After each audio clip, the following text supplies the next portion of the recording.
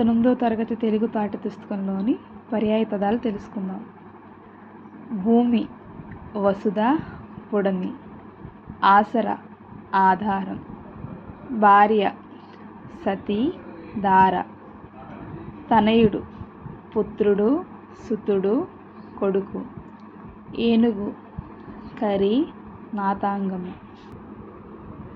అభ్రము, ఆకాశము, మేఘము. యుద్ధం, సమరం, పోరు. చుక్కలు, తారలు, నక్షత్రాలు. శోకం, దుఃఖం, ఏడుపు.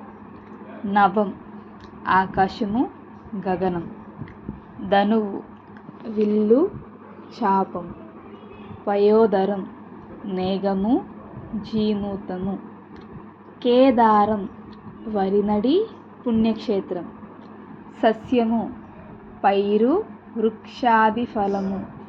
వెల్లువ, ప్రవాహము, సేన. నెచ్చెలి, స్నేహితుడు, మిత్రుడు. స్వర్ణం, బంగారం, కనకం, హేమం, పసిడి. సూర్యుడు, రవి, భానుడు, భాస్కరుడు. కళ్ళు, నయనాలు, నేత్రాలు, చక్షువులు. దేహం, తనువు, శరీరం, కాయం, సేన.